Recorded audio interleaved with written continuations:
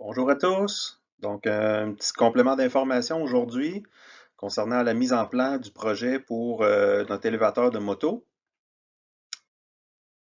Donc, ce qu'on va faire aujourd'hui, c'est que je vais vous montrer la méthode à suivre pour faire les mises en plan de votre élévateur de moto. Puis, je vais vous donner, bon, c'est ça, des trucs de mise en plan. Je vais faire on a deux mises en plan d'assemblage à faire. Donc, je vais vous donner des trucs pour réaliser l'une ou l'autre des mises en plan. Vous allez comprendre pourquoi.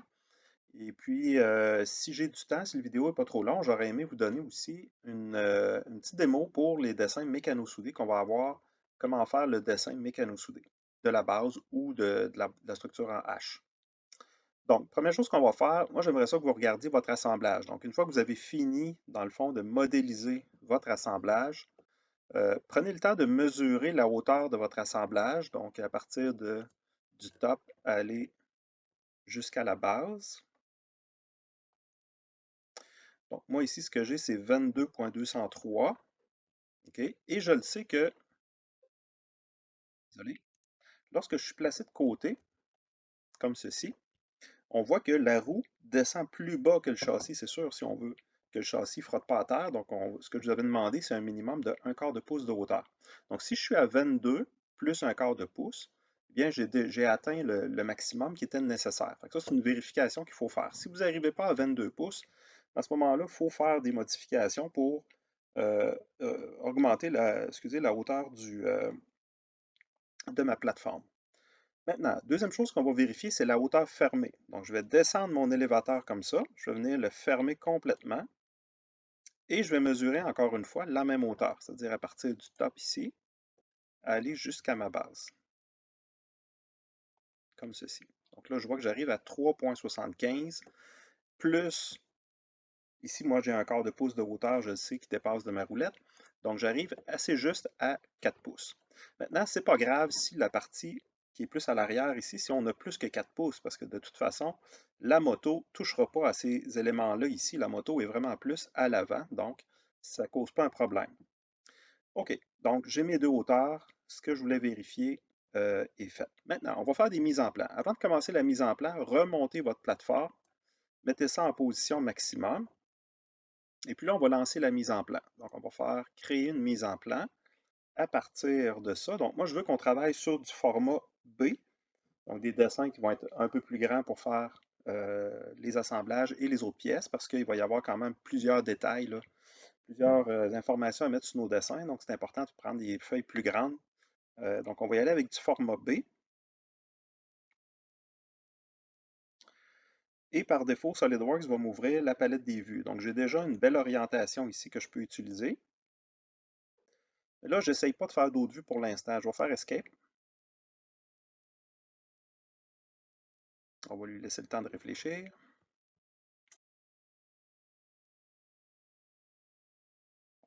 OK. Vous comprenez que c'est plus lent parce que j'ai beaucoup de détails dans cette vue-là. Et lui, il cherche à afficher tous les pointillés sur ma vue. Faut pas le presser parce que à ce moment-là, il faut attendre que le logiciel finisse ses calculs. Donc, on va attendre qu'il finisse son travail. Ça ne devrait pas être tellement long. Une des raisons pourquoi ça prend du temps comme ça, c'est que je n'ai pas simplifié aucune pièce dans cet assemblage-là. Si vous avez suivi mes recommandations, vous avez baissé la qualité d'affichage de toutes les pièces au fur et à mesure que vous faites la modélisation, ce qui fait que rendu à la fin, vous allez avoir un assemblage qui est beaucoup plus facile à gérer pour l'ordinateur. Donc, moi, c'est ce que je n'ai pas fait pour cet assemblage-là. Donc, c'est un vieil assemblage que j'avais. Et il y a un des détails qui est important là-dedans, c'est que vous remarquez que j'ai beaucoup de lignes d'axe. Donc, dans cette vue-là, j'avais euh, des lignes d'axe automatiques. Donc, ça, il faudra en supprimer beaucoup, là. OK? Donc, on va commencer par traiter cette vue-là, puis après, on pourra en faire venir d'autres. OK? Donc, les autres vont être mieux euh, à l'échelle, vont être mieux disposés, etc. Donc, première chose, je vais aller changer mon échelle. Donc, pour changer l'échelle ici, je m'en viens mettre une échelle personnalisée. On va essayer un quart, voir ce que ça fait. Et là, ça va être long encore un peu. Bon, ça, c'est trop gros. On voit ici. Donc là, mon objectif ici, là, ça va être de mettre cette vue-là de côté, puis une vue du dessus. OK, il faut que les deux rentrent dans ma feuille. C'est sûr que si je fais ces deux-là, je mets ma liste de matériel dans le coin ici, il devrait me rester un peu d'espace ici. Peut-être que je vais être capable de mettre une vue de profil. OK? Mais on verra pour l'instant, c'est pas si grave. Donc là, je vais changer mon échelle encore. Je vais y aller avec la 1.8. Ah, peut-être la 1.8 va être trop petite. Donc, il faudra peut-être y aller avec quelque chose entre les deux. Bon, c'est bien ce que je pensais. L'échelle 1.8 est un peu petite. Donc, je peux essayer 1.6. Donc, pour ça, il faut aller choisir l'option définie par l'utilisateur, puis je vais changer mon chiffre ici. Donc, si un quart est trop gros, puis un 8 est trop petit, ben, un 6, ça ferait juste un beau milieu. Donc là, je fais Enter, et la vue va se placer. Autre chose aussi, c'est que j'enlève mes pointillés. Voyez-vous, ici, j'ai mes choix d'affichage. Okay, c'est celui-là qu'il faut prendre, absolument. Donc, ça enlève tous les pointillés d'un seul clic, et je peux confirmer ma vue avec ça. Donc là, j'ai juste une belle grosseur d'affichage. Dépendant des dimensions que vous allez choisir, vous allez avoir quelque chose de similaire. Donc moi, j'ai les pointillés qui ont affiché, mais ce n'est pas nécessairement le cas avec les réglages que vous autres vous avez, avec les réglages de TGM. Donc là, vous voyez, j'y vais allègrement. Oups! On fait undo si on efface la vue sans faire exprès. Il va nous la ramener. Donc, je sélectionne, il faut faire attention, bien sélectionner les lignes pointillées et non pas dans le vide parce que lui, il va vous supprimer la vue au complet. Good! Donc là, je ne les enlèverai pas toutes, là, vous comprenez le principe. Maintenant, deuxième chose, c'est que je vais afficher d'autres vues avec ça. Donc, les autres vues que j'ai besoin, dans Disposition des vues, je vais les créer avec la fonction Vue projetée. Donc là, je m'en viens ici, je crée une vue du dessus, comme ça. Puis là, si je me déplace de côté, est-ce que j'ai suffisamment d'espace pour faire une vue de profil? On ne le sait pas encore, okay? Parce qu'il faut intégrer la liste de matériel. Mais moi, j'ai l'impression que ça ne rentrera pas. C'est pas si dramatique que ça, là. Okay? Donc, on n'a pas tant de besoin que ça. Autre chose qu'on pourrait faire aussi, c'est insérer une vue en 3D comme ça. On peut la faire, puis la mettre de côté. Comme ça, elle sera faite. Donc, si je la prends puis je la tasse du dessin comme ça, c'est une vue qui ne sera pas affichée lors de l'impression ou quand je vais sauvegarder en format PDF. Cette vue-là est à l'extérieur, donc je ne la verrai pas. Mais elle est faite déjà. Si j'en ai besoin, je pourrais changer son échelle puis venir la placer dans un petit raccoin ici qui pourra me rester. Donc ça, c'est toutes des options qui sont intéressantes. OK, donc je vais vous rappeler c'est quoi l'objectif qu'on avait en commençant lorsqu'on a fait nos dessins d'assemblage. Donc, moi, je vous ai détaillé dans la description de projet que je voulais avoir deux feuilles d'assemblage. Pourquoi? Parce que notre assemblage est complexe, puis les feuilles sont petites. OK? Donc, ce que ça implique, c'est qu'il va falloir diviser l'information sur deux feuilles.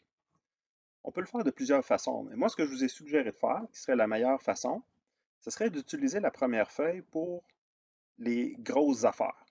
Okay? Donc, les gros morceaux qu'on va détailler, qu'on va pointer avec des bulles. Dans la liste de matériel, on va décrire tous les gros morceaux. Et dans la deuxième feuille, je vais utiliser des coupes, des vues agrandies, etc. pour venir détailler les plus petites pièces. Donc, tout ce qui est quincaillerie, je vais mettre ça dans l'autre feuille. OK. Donc, comment je vais faire pour faire ça? Ben, puis, c'est sûr qu'il y a d'autres choses aussi qui est important dans cette vue-là, c'est que je veux détailler les dimensions importantes de ma pièce, de mon assemblage. OK? Donc, ça, je peux le voir uniquement lorsque j'ai l'ensemble de mon projet qui est montré. Donc, les dimensions importantes. On se souvient, c'est quoi qui est important dans un assemblage? C'est les dimensions hors tout, les courses. Ça, les courses, c'est les déplacements des objets, les positions baissées, positions relevées. Puis, il pourrait aussi y avoir d'autres dimensions importantes qui ont été mentionnées dans la description de projet. Donc là, moi, je vais en faire rapidement, juste pour vous montrer. Donc, les dimensions extérieures, c'est la hauteur totale, par exemple. Donc, à partir d'ici, aller jusqu'à la base de la roulette. Puis là, pour faire afficher ma cote, si je clique ici, là, à cause du cercle, ça va me faire une cote qui part du centre du trou. Moi, ce que je veux, c'est une cote qui va partir de la base. Puis là, je pèse sur Shift en même temps au clavier. Voyez-vous, il m'a fait une mesure qui va jusqu'au bas de la roulette. Ça, c'est un petit truc de chef indien, là. Donc, quand tu vas avoir une cote qui va jusqu'au bas d'un cercle ou jusque au bord d'un cercle, donc soit la mesure la plus proche, la mesure la plus loin. Tu pèses sur Shift au clavier et tu places ta mesure. OK. Deuxième chose qui est importante, c'est sur les mesures que vous placez. Supposons que je sélectionne cette mesure-là. Là, présentement, je suis en pouces décimales, à 2 décimales. Ça, c'est pas très intéressant. Moi, c'est pas ça que je veux. Pour des dimensions hors tout, ça prend des dimensions en fractions. C'est des dimensions qui ne sont pas précises. Okay? C'est facile à retenir. Quand est-ce qu'on met des décimales? Quand il y a de l'usinage. Tout le temps, tout le temps. Okay? Donc, s'il y a de l'usinage, on a besoin de précision, ça prend 3 décimales. OK. Maintenant, je peux changer mes décimales de plusieurs façons. Soit que je m'en vais chercher une préférence ici, ou je peux aller dans les options. Ici, dans le bas, je fais modifier les unités du document. Et je vais aller choisir mon système d'unités que je veux avoir. Ici, moi, je vais travailler en fraction au 16e et je vais arrondir à la fraction la plus proche. Comme ceci. Donc, vous voyez que mon chiffre s'est modifié automatiquement. Et puis là, je vais mettre ma dimension hors tout de longueur. Je peux la mettre ici, encore une fois en pesant sur Shift. Comme ceci. Donc, 43 pouces de long. Et puis, pour la largeur, ça, je n'ai pas le choix. Il faut que je la mette sur l'autre vue. Donc, ici, d'un côté à l'autre. Et là, vous voyez, à partir du moment où j'ai changé mes options, toutes les mesures sont en fraction. Maintenant, il y avait une autre dimension qui était importante que je vous ai demandé, c'était la largeur de la structure. 15,5, donc c'est à peu près ça qu'on voulait. Donc, moi, ça n'a pas été fait nécessairement avec les standards que je vous ai demandé, mais ça devrait ressembler pas mal à ça. Donc, dimension hors tout, ça, c'est très important. Maintenant, la dimension fermée maintenant. Comment on va faire pour l'afficher sur une vue comme ça? OK. Il y aurait une façon compliquée qui serait longue. C'est pas si long que ça, là, ça se fait toujours. C'est de montrer deux configurations sur la même vue. Mais comme on n'a pas eu le temps de travailler avec les configurations, puis ceux qui sont en conception l'an prochain, ils vont faire beaucoup de configurations. Donc, je vais vous laisser dans le cours à Yves Noël, là, vous allez pouvoir travailler là-dessus. Nous, ce qu'on va faire ici, on va simplifier le travail. Donc, je vais tout simplement me placer une ligne qui va être à peu près de la même longueur que ma plateforme ici. Je vais la tracer là. OK? Ça, c'est important quand vous dessinez sur une mise en plan, il faut que la vue soit sélectionnée avant. Okay? Sinon, la ligne que vous faites pourrait être rattachée à une autre vue. Donc, il faut prendre le temps de cliquer dans la vue. Là, moi, je ne l'ai pas faite, je ne sais pas si ça va marcher. Le problème que ça va vous faire, c'est que vous allez arriver pour mettre une mesure, puis ça ne marchera pas. Fait que là, moi, j'ai mis ici ma mesure qui devrait être 4 pouces. OK? Donc là, je vais juste tasser un peu mon chiffre ici. Donc là, j'ai une hauteur fermée qui est représentée juste par cette ligne-là. Si vous voulez, vous pouvez même là, mettre les bonnes dimensions, puis il ne faut pas qu'il y ait de cote par contre, là. Mais vous pouvez juste placer les bonnes longueurs, tout ça, mais ce n'est pas nécessaire. Moi, je ne le demande pas. Ensuite, on va faire une autre mesure qui va représenter la différence entre les deux.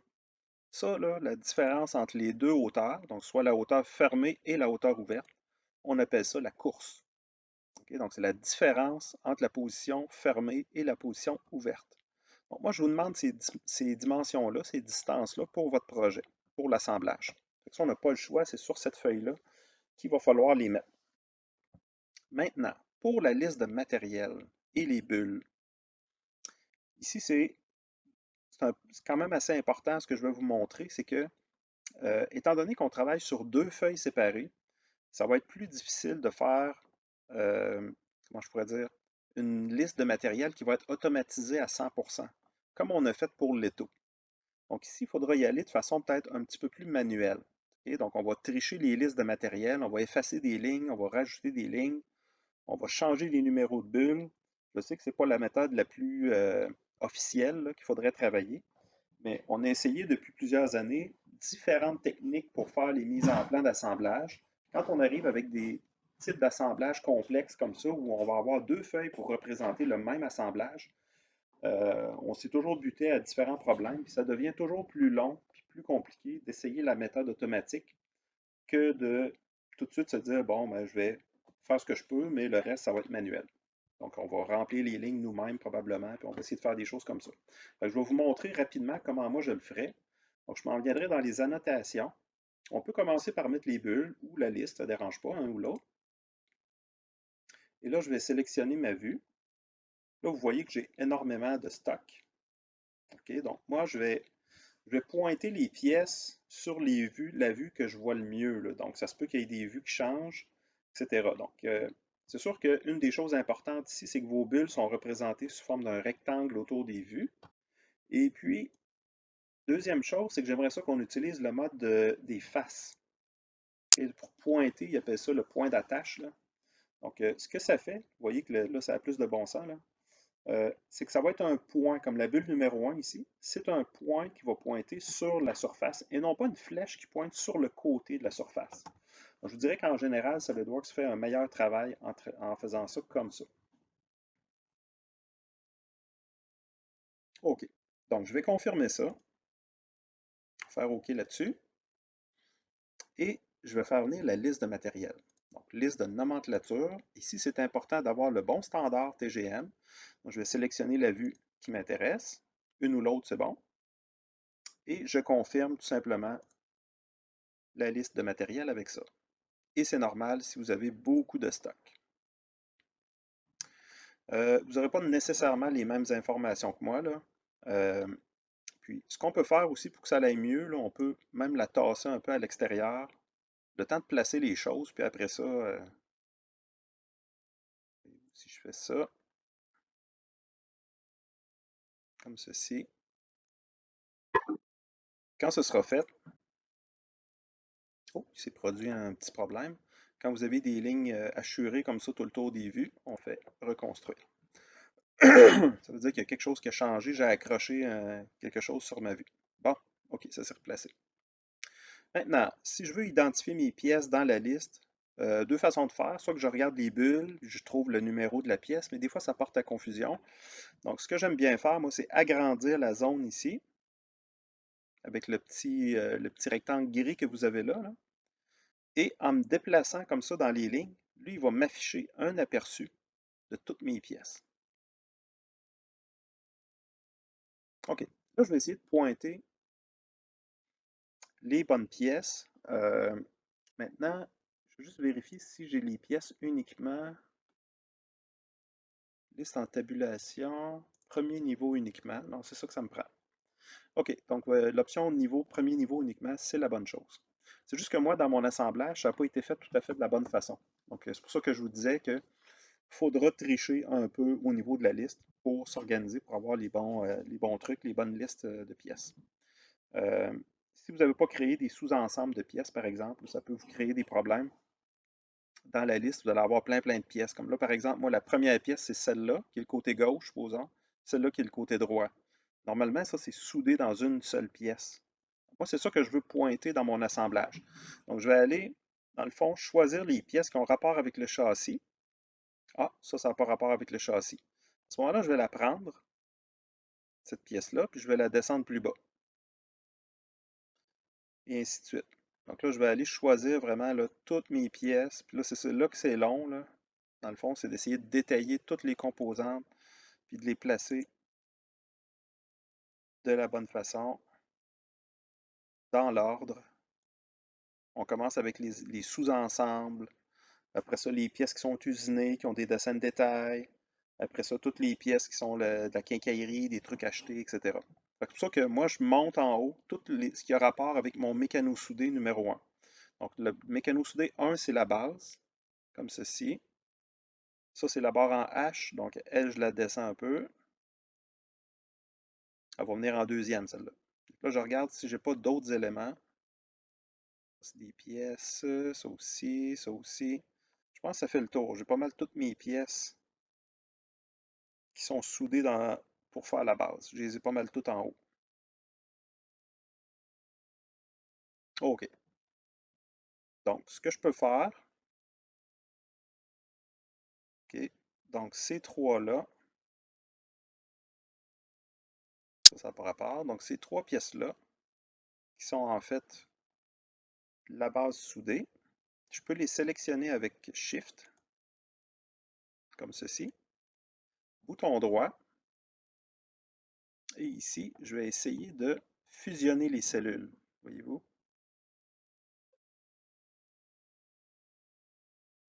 On va faire OK.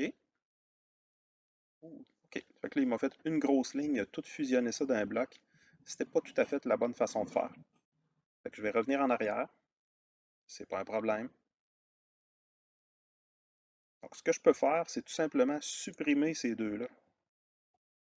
Ça va être moins compliqué comme ça. Donc, je les sélectionne pour que toute la ligne soit sélectionnée comme ça. Je fais bouton droit et je vais faire supprimer les lignes. Donc là, je devrais avoir uniquement celle-là. Un autre ici à supprimer. Supprimer la ligne. Bon. Fait que là, ce que je vais faire, c'est que je vais garder une ligne par élément mécano-soudé. Si vous avez bien fait votre travail, c'est ça que vous allez avoir au départ. Vous devriez avoir seulement qu'une ligne pour chacun des sous-ensembles mécano-soudés. Et comme moi, j'ai fait ça un peu n'importe comment, j'ai comme tous mes assemblages sont tous comme explosés, toutes des pièces séparées. Fait que ça devient plus dur à gérer, mais c'est un bon exemple à vous donner pour savoir quoi faire avec ça. Donc là, moi, cette pièce-là, c'est ma base soudée. Donc, je vais aller changer ma description de pièce. Je vais l'appeler base soudée. Là, je supprime tout ce qu'il y a là-dedans. Je vais appeler ça base. Oups.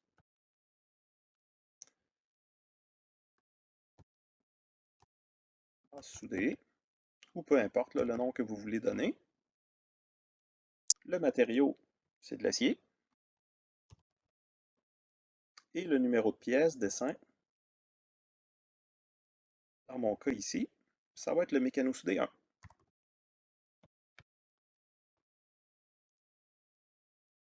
Là, on voit qu'il y a comme des chiffres qui s'embarquent un par-dessus l'autre. Ça n'a pas super bien fonctionné. Et voilà, on supprime ça. MS-01. Et voilà. Donc, ça veut dire que je vais avoir un dessin mécano-soudé 1 qui va contenir mon dessin d'assemblage soudé. Et puis, je vais pouvoir me référer à ce dessin-là pour savoir comment souder mon assemblage, c'est quoi les différentes pièces que j'ai de besoin, etc., etc. Fait que je vais y aller dans l'ordre comme ça. Puis, je vais détailler toutes mes grosses pièces. OK, vous devriez en avoir, je dirais, bon, le châssis, ça se fait une, le H, le U, les barres parallèles.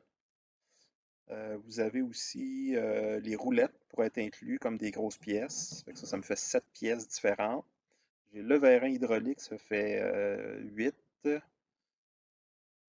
C'est pas mal ça. Donc, vous allez avoir en bas de 10 pièces là, dans cet assemblage-là. Vous allez toutes les détailler. Ici, vous allez bien écrire chacune des descriptions. N'oubliez pas d'inscrire les numéros de dessin, les matériaux, etc. Si c'est des pièces achetées comme le vérin Motomaster, ben, je vous ai donné le numéro de pièce dans la description du projet. Fait que vous irez voir ça pour savoir quoi écrire dans la description, puis pour les numéros de pièces. Donc, ce qui va arriver, c'est que si vous montez toutes ces grosses pièces-là en haut dans la liste, automatiquement, les numéros ici vont s'ajuster en conséquence. Donc là, ce qui va vous rester à faire, c'est que tout le reste, finalement, toutes les pièces qui n'ont pas été détaillées, ben, on va supprimer les lignes qui vont avec ça. Donc, supposons que moi, c'est à partir d'ici jusque-là, que ça, c'est des pièces que je n'ai pas de besoin. Dans le fond, c'est des plus petites pièces, des pièces de quincaillerie. Je vais les détailler dans l'autre feuille. OK? Donc, je vais juste sélectionner ça ici. Bouton droit. Oups, ça n'a pas marché. Désolé. On recommence ça. Comme ceci. Bouton droit. Supprimer toutes les lignes. Voyez-vous, je vais garder juste les gros morceaux dans cette mise en plan-là. Après ça, je vais fermer ça ici. Là, une fois que vous avez terminé, là, vous pouvez changer, dans le fond, la dimension de la liste. Là, ça va vous faire un peu de place. Et puis, vous pouvez aussi débarrer les lignes de texte. Okay, donc, toutes les lignes ici, je ne peux pas changer la hauteur parce que, de toute façon, moi, j'ai suffisamment d'espace. Ce serait correct comme ça. Mais je vous donne l'exemple. Supposons que vous voudriez changer la hauteur des lignes. C'est possible de le faire. Vous voyez que j'ai une ligne ici avec un petit cadenas. Là. Donc, si je fais bouton droit là-dessus, je peux aller dans Mise en forme et je peux faire enlever le clic sur Figer la hauteur des lignes. Okay, donc, en faisant ça, je vais être capable de réordonner, si on peut dire. Là, je vais être capable de changer la hauteur. Là, je ne peux pas la réduire plus parce qu'ici, j'ai vraiment beaucoup de texte. Lui, il prend de la place, ce texte-là. Ça y prend une grosse ligne. Je fais supprimer. Pas plus grave que ça.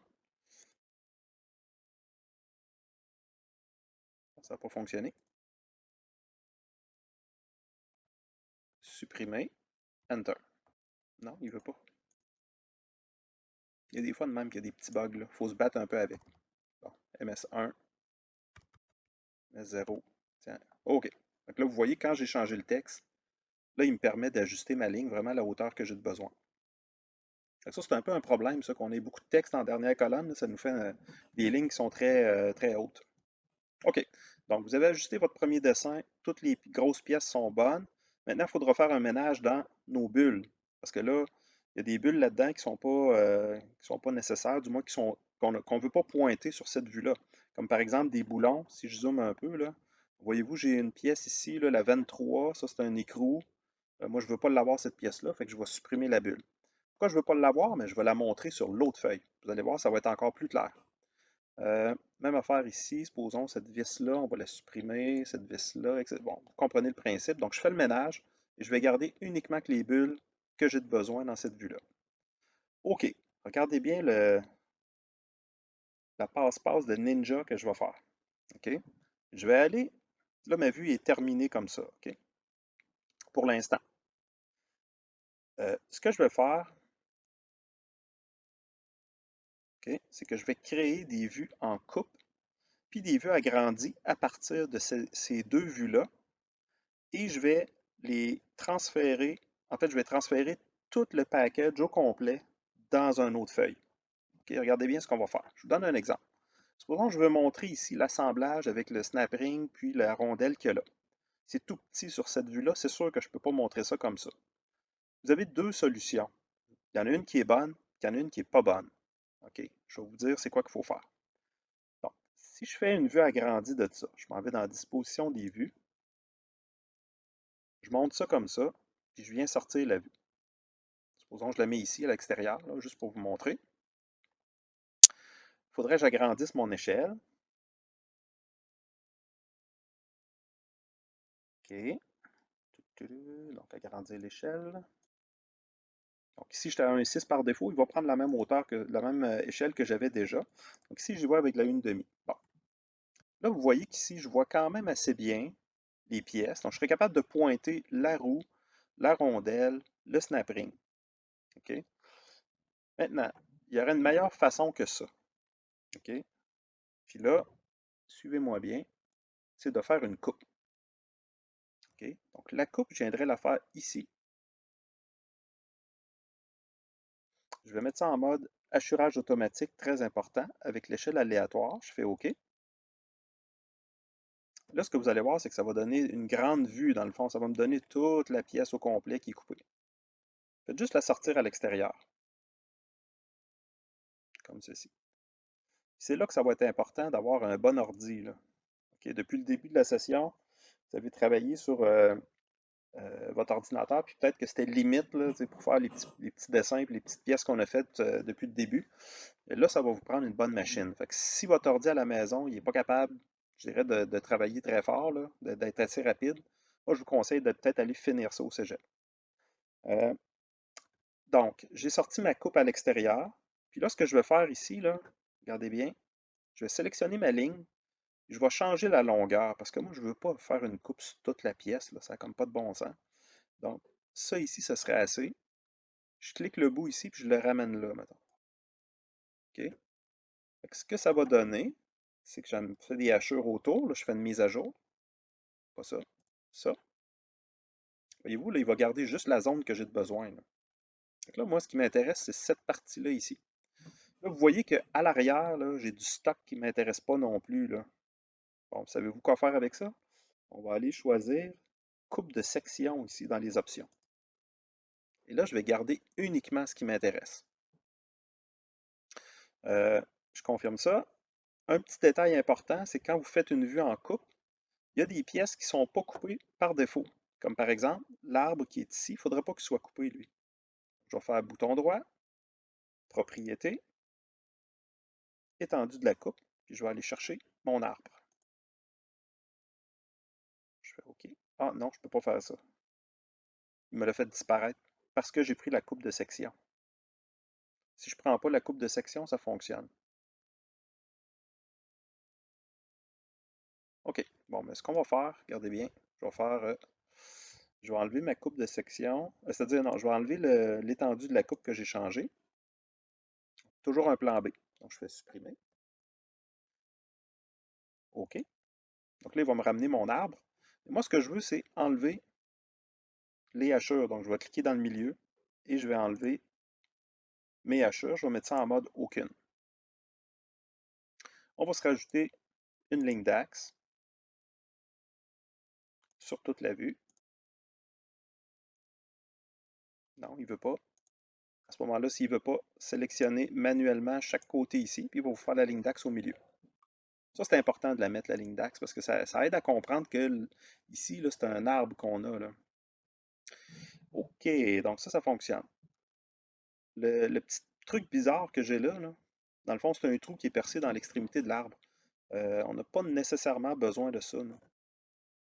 Surtout que moi, c'est peut-être moi qui est mélangé, là, mais j'ai l'impression que c'est un snap ring qui est là. Ah non, c'est une goupille, c'est une cutter pin qu'on a. Là, ma cutter pin n'est pas bien alignée dans ma vue. Là.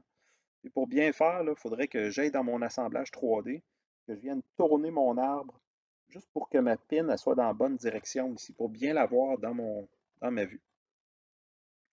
Donc là, vous avez, dans le fond, deux choix. Là. Soit que vous changez l'échelle pour votre coupe B, parce que c'est trop petit. Là.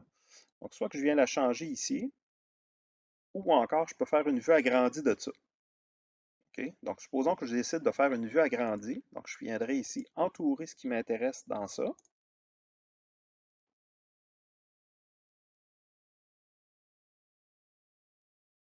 Comme ceci. Ça, c'est ma coupe C. OK? Donc là, ma vue agrandie qui s'appelle C, je vais changer son échelle. Je peux mettre du 1-2 pour comparer avec l'autre. Et ça, ce serait la bonne façon de montrer la pièce. OK? Donc, on va faire ça pour toutes les portions importantes. On va essayer de montrer en coupe, de côté comme ça, tous les assemblages où il y a des vis, des boulons, des goupilles, etc.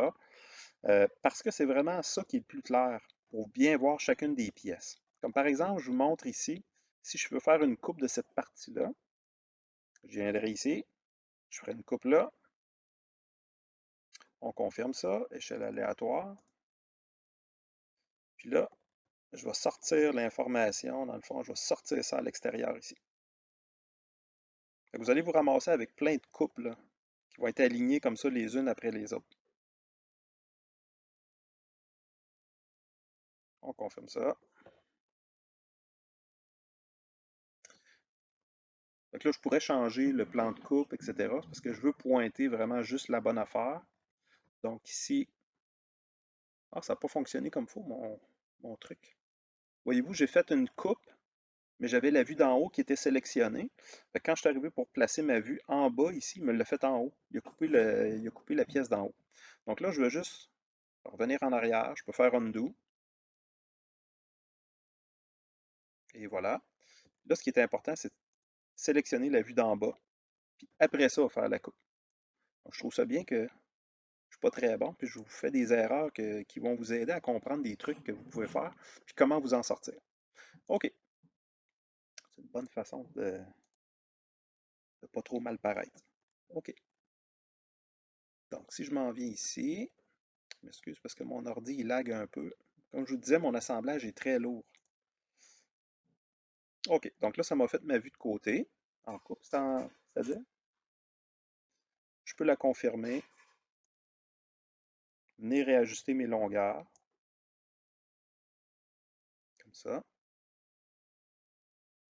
Voyez-vous, donc je vais ajuster mes lignes de coupe parce que là, je ne veux pas avoir des lignes qui font toute la longueur. Là, ça devient un peu plus difficile. Ici, j'ai beaucoup de stock. Dans ce temps-là, il faut zoomer. Là, ici, il va toujours prendre le shift. Donc là, je vais le tasser et je le replacerai tantôt. Ceci. Là, je vais y faire un petit bout de chemin. On la rapproche encore, faire un autre petit bout de chemin. Excellent. Donc là, mon résultat va apparaître ici. On fait reconstruire. Et là, j'ai le choix de un ou l'autre. Donc, supposons que j'y vais avec celui-là. Je peux sélectionner ma goupille.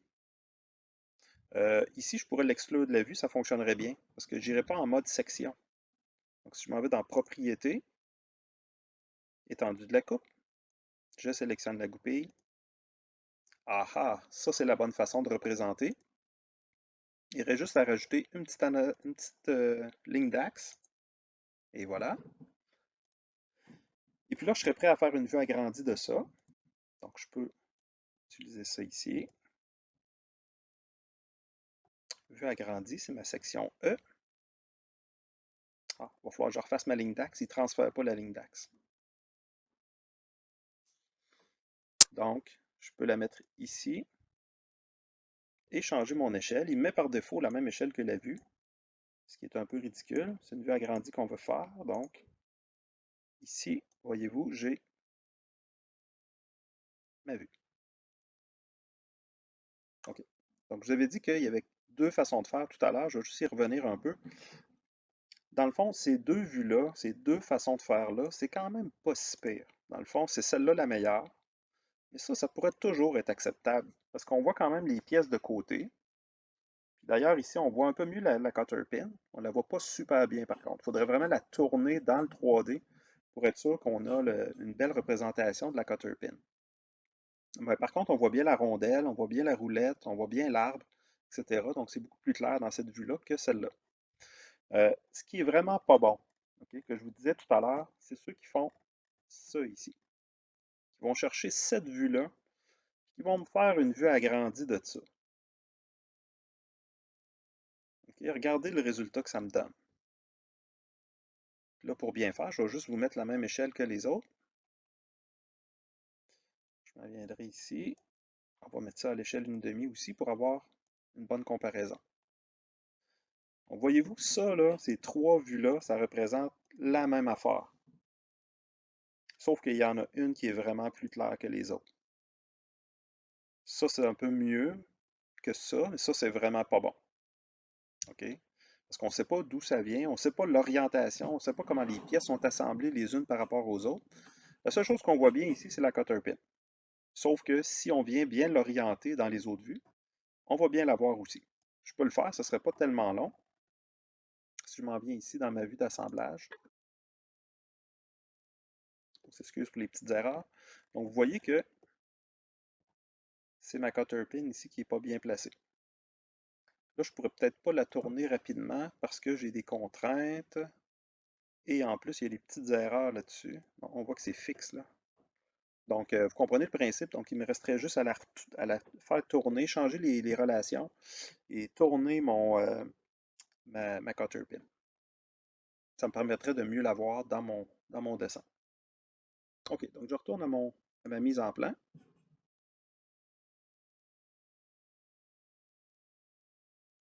Excellent. Donc, vous comprenez le principe. Et il faut absolument que toutes ces vues-là soient sorties de ma feuille. Parce que là, je ne veux pas qu'ils apparaissent sur cette feuille-là. Moi, je veux qu'ils apparaissent sur l'autre feuille. Je l'ai fait ici temporairement. Maintenant, une fois que vous avez fait le travail, vous avez placé toutes vos vues. OK?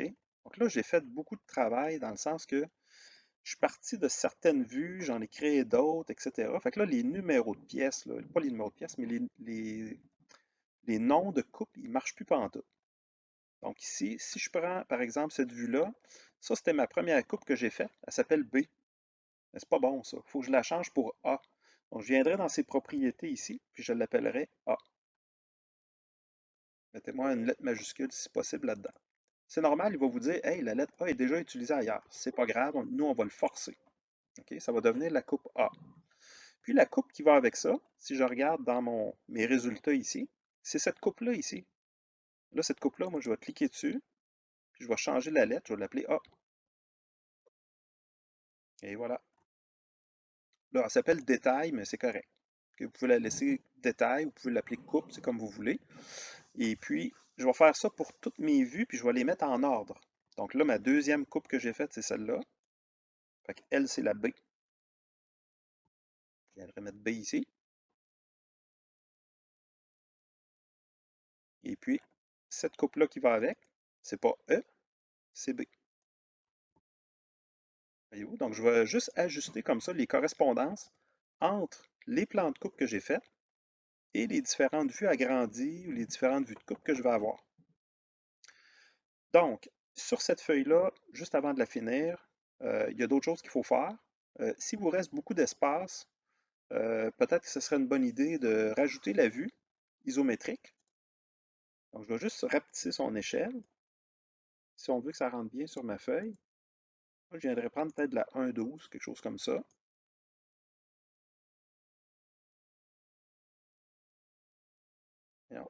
Bon, puis je viendrais la déplacer ici, juste parce que ça va donner une meilleure aperçu en 3 dimensions de mon assemblage. Ça vient clarifier la compréhension pour des utilisateurs qui seraient peut-être un peu moins habitués en dessin que nous autres. OK. Donc, ma première feuille, elle serait pas mal complétée.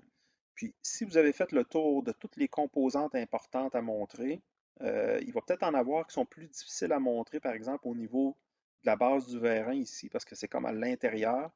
Euh, ben, à ce moment-là, vous pourriez faire des sections partielles, donc enlever une portion de matière, faire des coupes là-dedans, etc. Puis, continuer votre travail, là. Donc, ça se peut que pour la partie du vérin ici, que ce soit un peu plus encombré, qu'on va dire, mais c'est pas plus difficile. Il suffit juste de se faire un peu de place pour travailler. OK, fait qu'on continue comme ça, on ferait toutes les vues. Quand toutes mes vues sont finies, là, j'ai un autre passe-passe magique de super-héros à vous montrer. C'est qu'on va copier notre assemblage exactement à la même feuille, on va la recopier à côté. OK, donc, je vais faire bouton droit sur l'onglet ASM et je vais faire copier. Après ça, je m'en retourne sur ASM 1, je fais bouton droit et je vais faire coller. Là, il va travailler quand même assez fort parce que toute l'information qu'il y a sur cette feuille-là, il va la recopier sur une autre feuille à côté. Donc là, vous avez le choix ici. Si vous regardez en haut à gauche, il va vous dire insérer, coller la feuille. Est-ce que tu veux l'avoir avant, après ou en dernier? Moi, je veux l'avoir juste après parce que c'est ma feuille d'assemblage 2. Donc, je veux qu'elle suive dans l'ordre logique. Fait que je fais OK. Pardon. Bon, là, ce qu'il me dit ici, c'est qu'il y a certaines vues en coupe, qui sont dupliquées. Est-ce que tu veux les renommer? Est-ce que tu veux changer le nom des vues de coupe? Non, nous, on les a toutes ajustées. Il faut que ça reste comme ça. Là, il va travailler un peu, puis vous verrez aucun changement. OK? Mais en fait, vous êtes rendu dans la feuille numéro 2. Et ma feuille numéro 1, c'est celle-là qui est identique. OK? Donc, la magie de ce qu'on va faire, c'est que rendu ici, je vais sortir ça à l'extérieur. Je vais prendre ça ici, je vais sortir ça à l'extérieur. Je sais pas, comme ceci, un peu plus loin, comme ça. Et je vais prendre mes vues que j'ai tracées tout à l'heure et je vais venir les coller ici. Là, je vais essayer de les mettre en ordre. Donc, la première vue, ce sera en haut à gauche, la A, la B, la C, D, E, F, G, H, etc. OK? Donc, ce qui est important, c'est que vous pointiez les pièces maintenant, une fois qu'on a inséré nos vues. Donc là, c'est là que le travail euh, de bulles va commencer. Donc, on va faire des bulles, mais cette fois-là, je vais y aller avec des bulles de façon non automatique, des bulles manuelles, qu'on pourrait dire. Donc, je vais prendre la première fonction de bulle, et là, je vais pointer mes pièces. Toutes les pièces que je vois bien sur ces vues-là, les vues agrandies, je dois les pointer sur la vue agrandie.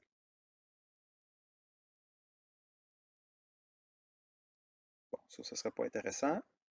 Donc, j'aurais au moins ces deux-là. Là, je ne vois pas bien ma goupille, mais j'ai une goupille en plus qui serait à pointer ici. Ça, je peux descendre ça là, comme ceci. Essayez d'aligner les bulles le plus possible. Si ça ne va pas bien, là, on a un utilitaire qui s'appelle les lignes magnétiques.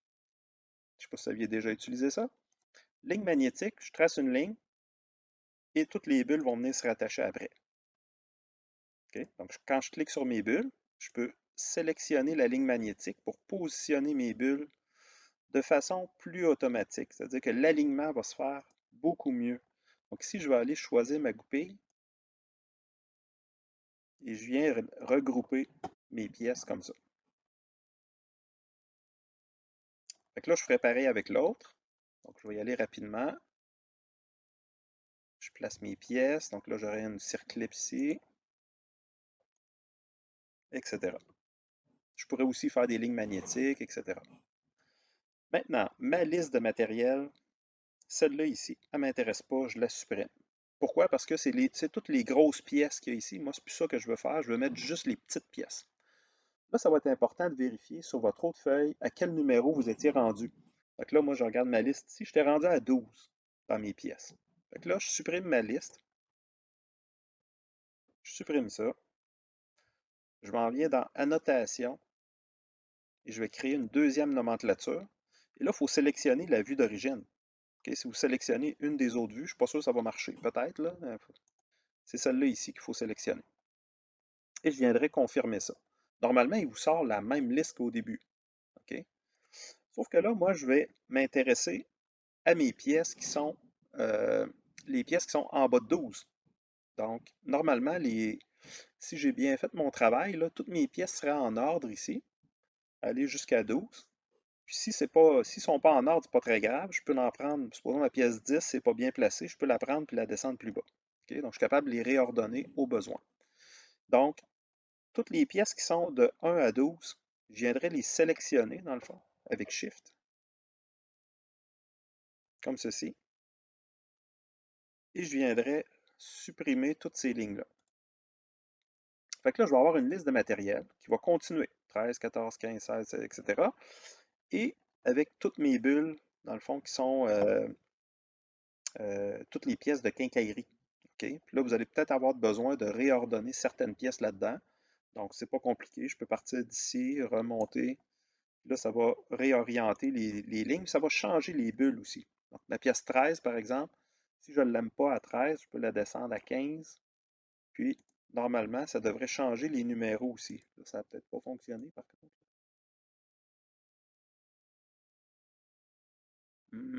Pas sûr que ça fonctionne. OK. Donc, une autre occasion d'apprendre quelque chose de nouveau. Donc, si vous voyez que vous avez des bulles, dans le fond, ou des lignes que ça ne change pas les numéros de bulles, normalement, ça devrait les changer, mais comme moi, dans mon cas ici, ça ne change pas le numéro de bulle, mais sachez qu'on peut forcer les bulles.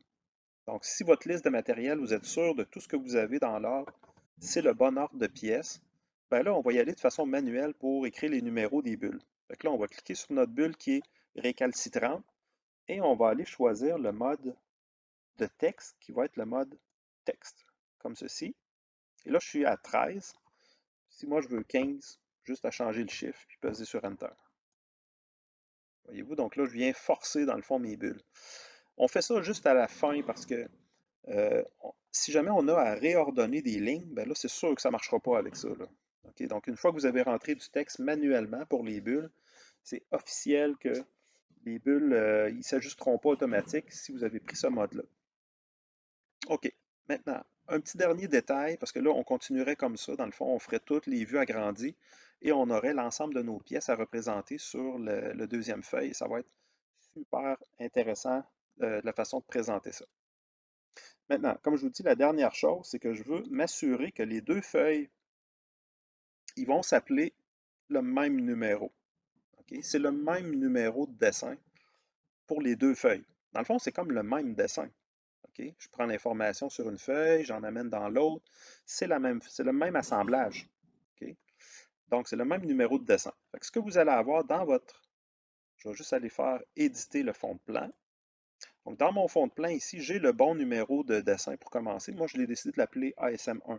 Si jamais vous voulez changer ça, puis vous voulez plutôt l'appeler dessin d'ensemble -001, bon, ça serait son numéro. Regardez un peu plus bas ici, j'ai une annotation qui dit feuille 1 sur 1. Et nous, là, ça va être 1 sur 2 maintenant. Comme ceci. Fait que là, je vais confirmer ça. Ça, c'est la première feuille.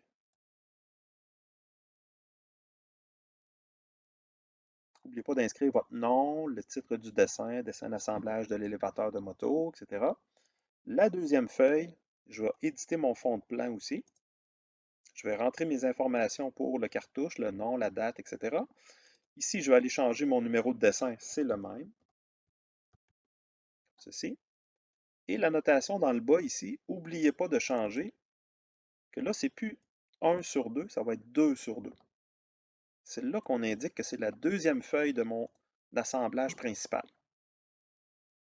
Ça va? Donc, c'est comme ça que ça devrait ressembler. Et puis, pour retourner, je fais retour à ma feuille et je vais compléter mon dessin comme ça. Voyez-vous, ça va nous faire un assemblage qui est comme en 2 étapes. OK, donc je vais mettre une pause là-dessus, puis je vais vous revenir pour vous parler de la mise en plan de dessin mécano-soudé. OK, maintenant, partie numéro 2, les dessins mécano-soudés. On va juste faire un petit survol de ce que ça nous prend sur les mises en plan. Puis je vais vous montrer aussi comment faire les bulles, les listes de matériel, tout ça, de façon résumée. Donc comme ça, on va savoir où est-ce qu'on s'en va avec ça. Maintenant, je vais juste cacher ça. Moi, je pars comme exemple de ma structure en H. Donc, c'est important ici de comprendre que lorsque vous avez fait votre structure en H, ou peu importe la base de l'élévateur, il y a deux façons qu'on peut faire. En fait, il y a trois façons. Soit vous dessinez toutes les composantes dans une seule pièce en utilisant des fonctions mécano-soudées, des extrusions, toutes sortes de fonctions dans le fond de 3D, mais à l'intérieur de la même pièce. Donc, c'est comme si j'avais une pièce qui contient plusieurs corps séparés. Moi, ici, j'ai un corps pour ça, j'ai un corps pour ça, etc. Et puis, la deuxième façon de faire, c'est que vous utilisez un assemblage. Puis, dans l'assemblage, je commence par dessiner une pièce, je l'insère. Je dessine une deuxième pièce, je l'insère dans mon assemblage, etc., etc.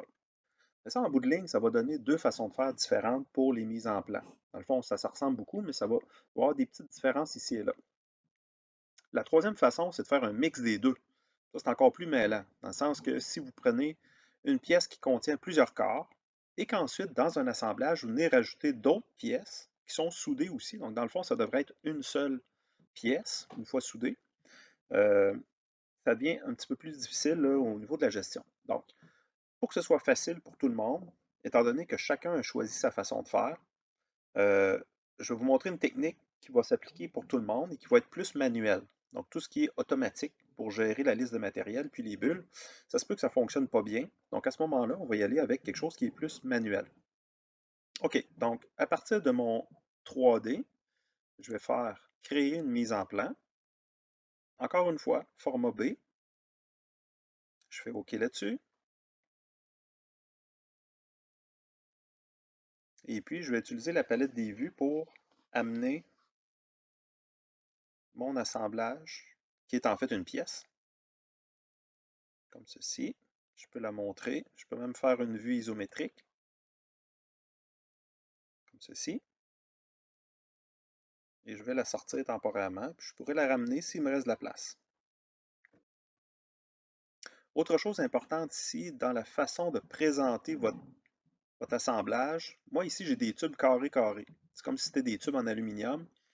Ce que vous pouvez faire, qui serait intéressant, si vous avez des tubes qui sont arrondis sur les coins, ça va générer beaucoup de lignes pointillées. Donc moi je vous conseille d'aller dans les propriétés de la vue. On peut toutes les sélectionner en même temps, ça serait fait pour toutes les vues.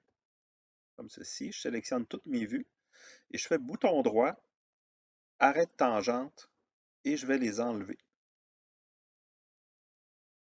OK? Donc, en enlevant les arrêts de tangente, là, ici, c'est un mauvais exemple parce qu'on n'avait pas d'arrêt de tangente.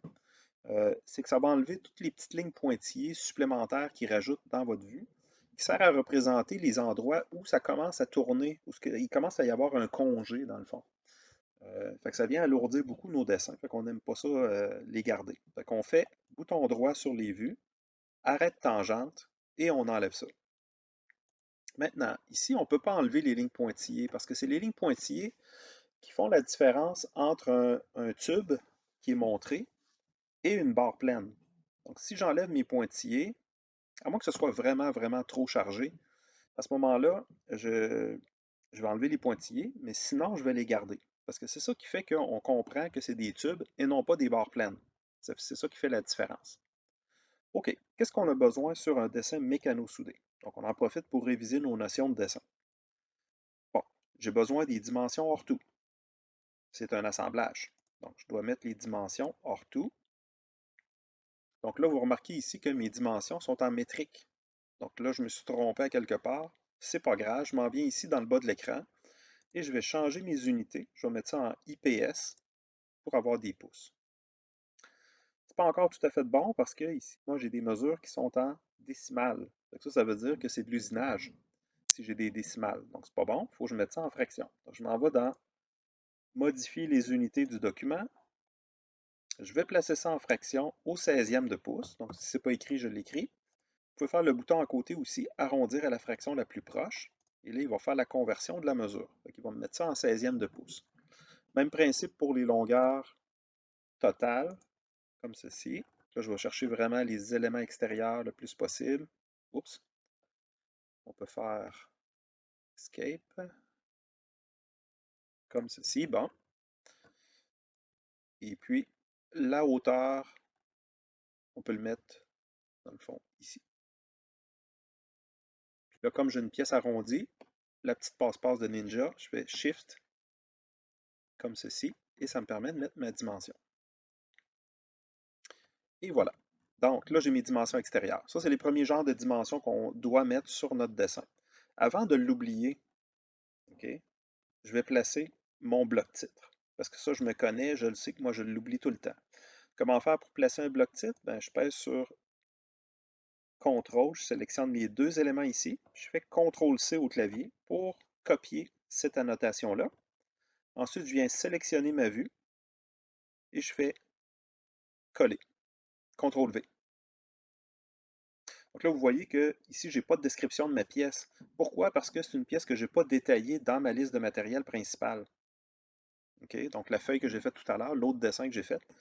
Bon, vous remarquez ici, j'ai parti un nouveau dessin. Hein? Donc, je ne suis pas parti des dessins que j'avais d'assemblage et rajouter des feuilles. Okay? On essaye de garder juste les deux dessins d'assemblage ensemble. Puis les autres dessins, on va les faire sur des fichiers séparés. OK, donc je m'en viendrai ici, je changerai les annotations. Donc ça, c'est pas du fibre de verre. Ceci. Donc, supposons que je viendrais mettre ça en acier, etc. Les quantités, on révise ça pour être sûr que tout est bon. Le dessin de référence, dans mon cas, moi, j'avais mis ENS-001. C'est important d'être rigoureux là, avec les numéros pour que tout fonctionne bien. Ça serait ma pièce numéro 2, par exemple. OK? Donc là, il est mal placé ici. Moi, j'aime ça quand les blocs titres sont en bas ici. C'est une habitude à prendre. C'est normal si vous jouez avec qu'il vous fasse un espèce de rectangle ici. Il y a des fois que le rectangle s'en va, il y a des fois qu'il reste là. Puis même quand on fait l'impression de la feuille, il y a des fois que le rectangle est là. Donc vous voyez ici, là, il nous laisse un rectangle. Je n'ai jamais su comment faire pour l'enlever. Moi, je ne me casse pas la tête, je le laisse là. Puis si vous en avez un rectangle comme ça, battez-vous pas avec, là. Je les accepte comme ça. OK, donc ça va bien pour notre dessin mécano-soudé jusqu'à présent. Donc, c'est une pièce qui a été, dans le fond, un mécano-soudé qui contient plusieurs corps, mais qui sont des pièces séparées. Donc, ça va être dans notre travail de mise en plan de mécano-soudé, de venir détailler chacune des pièces. Maintenant, le soudeur, lui, il veut savoir comment assembler ces différentes pièces-là. Fait que là, il nous manque des mesures. Il va nous manquer une mesure, entre autres, pour être capable de placer la barre du centre ici. Donc là, il faut absolument dire au soudeur la distance à respecter pour venir placer cette pièce-là. On aurait besoin aussi de savoir c'est quoi la distance à aller jusqu'au centre ici. Ce n'est pas la meilleure place pour la montrer par contre.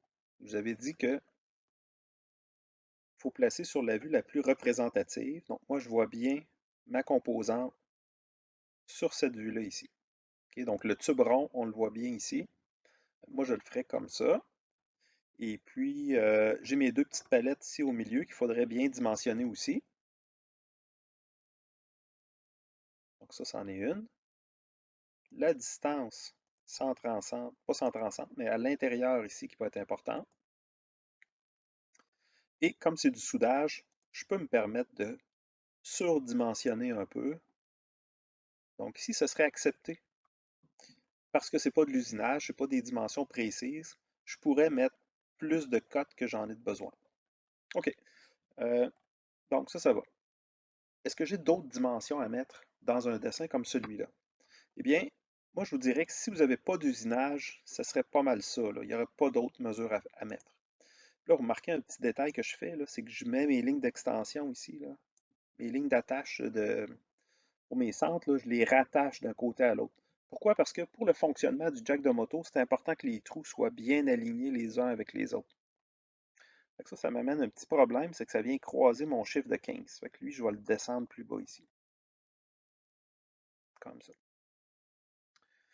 Good. Puis là, il me reste une petite ligne d'axe là. C'est important de la descendre là. Excellent. Je fais pareil avec eux autres rapidement. Comme ceci. Good. Et là, on comprend bien qu'il y a un lien entre chacun des côtés, là.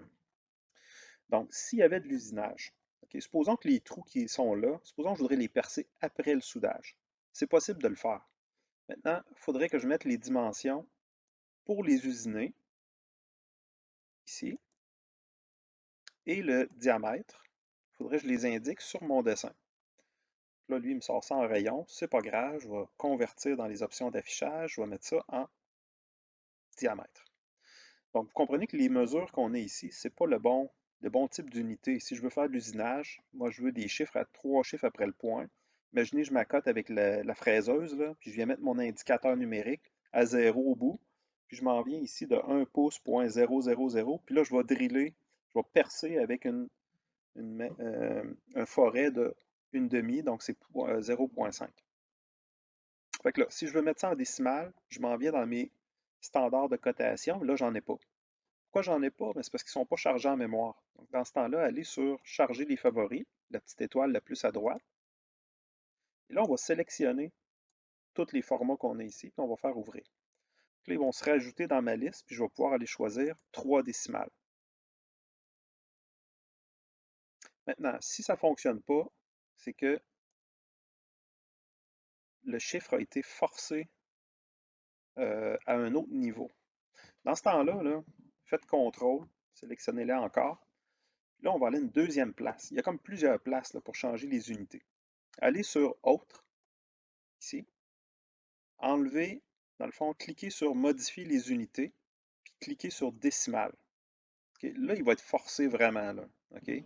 Donc, quand on va sur Cotation, Autres, Modifier les unités, puis là, mettez ça en décimale ici. C'est comme ça vient bypasser toutes les propriétés qu'on a sur les cotes. Parce que des fois, il y a la tête dure un peu, puis il faut vraiment aller le forcer. Good. Donc là, j'ai de l'usinage. Là, ici, j'ai perdu mon symbole de diamètre. Ça, c'est un peu bizarre. Même que c'est redevenu un symbole de rayon. Il nous fait des choses un peu spéciales. Donc, affiché comme un diamètre. Et voilà. Puis, il m'a ramené mon symbole diamètre. Donc, ça fonctionne bien. L'exemple est quand même intéressant. Maintenant, si je veux mettre des bulles là-dessus, parce que là, c'est un dessin mécano-soudé, ça me prend des bulles pour identifier chacune des pièces à couper. Donc, je m'en vais dans Annotation et je vais y aller de façon manuelle. Souvent, j'en ai pas beaucoup, okay, parce que c'est quand même assez simple ce qu'on fait. Je m'en viendrai ici et vous allez voir que toutes les bulles que je fais, c'est le numéro 1. Okay? C'est normal parce que c'est le même fichier, c'est la même pièce.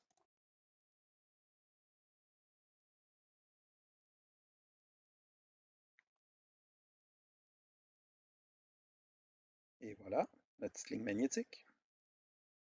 La ligne magnétique, ça nous aide à aligner les bulles, tout simplement. Donc, c'est intéressant de le faire. Ce serait plate que vous perdiez des points parce que vos bulles ne sont pas bien alignées et que ça ne fait pas un rectangle autour des vues. OK. Donc, vous comprenez que là, on va faire quelque chose qui va nous permettre de trafiquer un peu les chiffres. C'est sûr qu'on aura à faire ça parce que là, c'est toute la bulle numéro 1. Ensuite, je m'en vais dans Nomenclature. Je sélectionne ma pièce. Et vous allez avoir, dans ce cas-là ici, le logiciel a détecté que j'avais une pièce mécano-soudée. Et il est venu, dans le fond, rajouter des lignes pour chacune des sous-pièces. Dans le fond, ça, c'est une propriété qui n'est pas sélectionnée par défaut, mais que quand vous avez une pièce qui est soudée, il vient sélectionner cette option-là ici. Si jamais ça ne fait pas votre affaire, vous pouvez toujours le modifier, changer ça pour que ce soit les pièces uniquement. Moi, je pense que je vais y aller comme ça, okay, juste pour vous montrer. Lorsque vous prenez pièces uniquement, on a un avantage, c'est que ça va être plus facile de modifier la liste de matériel par après. Okay? Dans le fond, les numéros et les quantités, je vais tout écrire manuellement après. OK. Donc, il m'a fait une colonne de trop qui s'appelle nom de fichier. Ça, si vous faites ça, là, sélectionnez-les, puis faites bouton droit, supprimer la colonne. OK, ça commence à ressembler à quelque chose. Vous voyez que c'est automatique, mais ça ne l'est pas tant que ça, là. Il y a quand même beaucoup de manipulations à faire. OK, donc ma première ligne, moi, c'est la pièce. Supposons que je choisis le long tube qui est ici. Donc, la description, je vais l'écrire moi-même. Donc ça serait, supposons, un tube de 1.5 par 1.5. N'oubliez pas d'inscrire l'épaisseur, supposons 100 millièmes. Et la longueur, qui serait, supposons, 22.5. LG. Moi, j'écris LG à la fin. Ça fait une distinction. La mesure LG, c'est la mesure de longueur. Et voilà. Cette pièce-là, j'en ai deux. Donc, je vais forcer ma quantité. Là, il n'est pas content. Là. Fait que là, je vais faire ne plus afficher parce que je vais avoir beaucoup de modifications à faire ici. Donc, j'appelle ça la pièce. Dans le fond, c'est la pièce 1. J'en ai deux de quantité. Le matériau, c'est de l'acier. Est-ce qu'il y a un dessin de détail pour cette pièce-là? Bien, la question, c'est-à-dire la réponse, c'est oui. Donc, il va y avoir un dessin de détail pour expliquer au soudeur ou au fabricant comment on va fabriquer la pièce 1. OK? Donc, cette pièce-là, peut-être qu'il y a des trous qui sont faits d'avance. Donc, si mes trous sont faits d'avance, ben, je ne verrai pas ces mesures-là ici. OK? Ces mesures-là vont être sur le dessin de détail s'ils sont faits d'avance. Si les trous sont faits après le soudage, ben là, à ce moment-là, je vais avoir des mesures comme j'avais tout à l'heure. Donc, directement sur le dessin mécano-soudé. OK. Donc, ma pièce 1, elle, est correcte. Maintenant, ma pièce 2, c'est la portion du centre ici. Donc, je vais choisir ma bulle. Je me mets en mode texte. Je change mon texte. Ça devient la 2. Comme ceci. Et là, je vais insérer une ligne en dessous. Voyez-vous, il est fin en plus. Il me met le numéro 2 d'item déjà bien identifié. Je change la quantité. Moi, j'en ai besoin juste d'un. Le tube, ben, c'est la même grosseur de tube. Fait que je vais juste copier ici avec CTRL-C, CTRL-V, et je vais rajouter ma longueur. Donc, si c'est un tube qui est coupé droit, peut-être qu'il mesure, je ne sais pas moi, 13.5 de long. Et puis, comme c'est un tube droit, celui qui est ici, il n'y a pas de trou percé, je peux me permettre ici de ne pas faire de dessin de détail. OK? Parce que je n'ai pas d'information autre que sa longueur. C'est un tube coupé droit. OK? À ce moment-là, je ne mets pas de dessin de détail, je vais juste mettre des deux petites sirènes même pour dire que la case, c'est pas une erreur si elle est vide. Il n'y a vraiment pas de dessin qui va avec ça. On peut inscrire les matériaux aussi, acier, blablabla.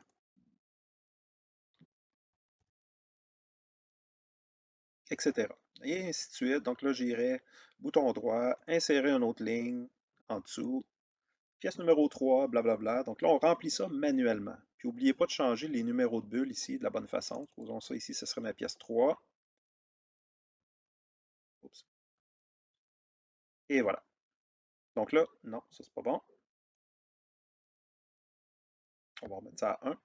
J'ai essayé de prendre un raccourci, mais c'est pas bon. Donc il faut vraiment y aller ici puis choisir le mode texte. Sinon, ça change les autres bulles à côté, puis c'est pas bon. OK. Donc, est-ce qu'on a besoin d'autres informations sur le dessin mécano-soudé? Oui, on a besoin de symboles de soudage. Là, on va retourner dans la théorie que je vous avais montrée.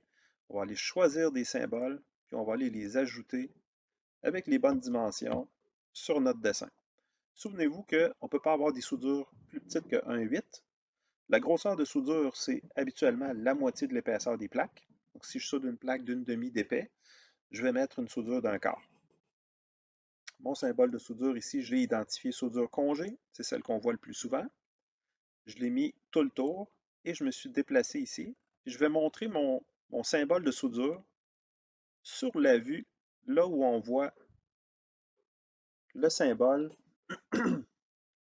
c'est-à-dire là où on voit la soudure comme un triangle. Okay, donc ici, moi, j'aurais normalement un triangle de soudure que je verrais, là où c'est pointé. Puis comme je vais pointer avec un symbole tout autour, et bien à ce moment-là, ça veut dire que je soude vraiment tout le tour du tube. Si je vais juste double-cliquer dessus, il n'a comme pas pris mon symbole. Là, ça a fonctionné. Donc, je ferai comme ça, puis je viendrai rajouter des symboles de soudure, comme par exemple celui-là ici, je peux le faire avec vous parce que il est un peu spécial à choisir. Donc, je viendrai choisir une soudure biseau à barre évasée. On peut mettre un 8 celui aussi, comme ceci. Et là, c'est pas autour. J'en ai une au-dessus, une en dessous. Pourquoi je vais souder des deux côtés, vous allez comprendre. Je choisis mon symbole, c'est le même. Et voilà. Et puis là, je viendrai disposer mon symbole sur ma géométrie ici. Je vous donne un petit truc, OK? Ici, il ne faut pas confondre là, le symbole que j'ai choisi avec un autre symbole qui y ressemble. Ça me fâche un peu parce qu'ils ont fait un symbole complètement inutile qu'on ne sert jamais et qui ressemble beaucoup. C'est celui-là ici, qui s'appelle sur-bord relevé. OK? Donc, il ne faut pas confondre les deux symboles. Ça donne un résultat différent, voyez-vous là? Donc, ce n'est pas ce symbole-là qu'il faut prendre. C'est vraiment celui-là ici. Donc, lui, il indique que je vais souder sur mon tube pour venir relier mon tube qui est rond avec une surface plane. OK. Donc, le truc que je voulais vous donner, si jamais votre flèche, là, vous n'êtes pas capable de bien pointer sur votre surface, vous pouvez faire bouton droit sur la ligne de la flèche, comme ça, et choisir Ajouter une jonction. La jonction, je vais pointer l'endroit, puis je vais pouvoir me déplacer avec ma flèche pour venir bien pointer comme ça. Donc, ajouter une jonction. Le terme est plus ou moins bon, ce n'est pas vraiment une jonction, c'est plus un cassé. C'est comme si on venait briser la ligne. Donc ça va me permettre de pointer plus facilement dans certaines zones. OK, donc ça complète pas mal notre dessin mécano-soudé. Donc il me resterait à compléter tous mes symboles de soudage, toutes mes dimensions, et de remplir la liste de matériel avec les bons numéros. Donc faites attention. Peut-être juste un petit détail concernant les listes de matériel que j'allais oublier, qui est très important. C'est que les listes de matériel pour les dessins mécano-soudés, comme moi ici, j'ai un dessin mécano-soudé numéro 1. Donc là, je n'ai pas changé le numéro, mais il faudrait le changer.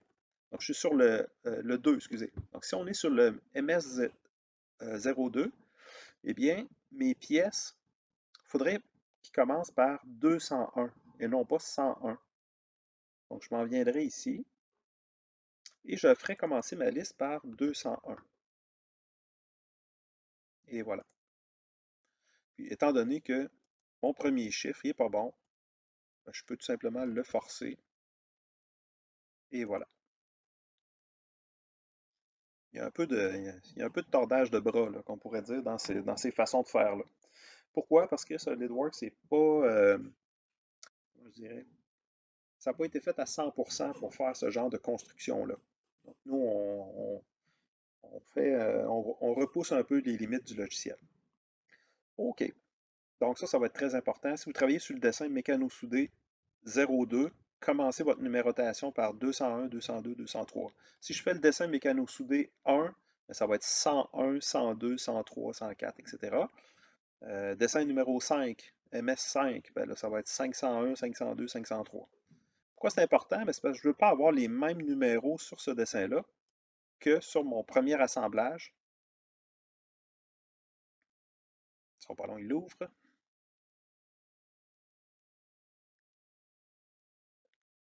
Okay, donc, vous voyez qu'ici, j'avais des numéros, là, les numéros 1 à 12 au début, puis de 13 à 20 quelques. Bon, ben, je ne veux pas réutiliser les mêmes numéros pour mon dessin mécano-soudé ici. Donc, c'est pour ça que je ne le fais pas commencer à 1, 2, 3. Je le ferai commencer à 101, 102, 103, ou là, c'est mon dessin 2. Mais là, ce serait 201, 202, 203. N'oubliez pas de revérifier vos bulles, parce que là, si on n'a pas des bulles automatiques, c'est normal que ça ne s'ajuste pas tout seul. Donc là, je suis obligé d'ici de venir mettre les bons chiffres. 203. Et voilà. Alors, je pense qu'il y a moins de risque d'erreur.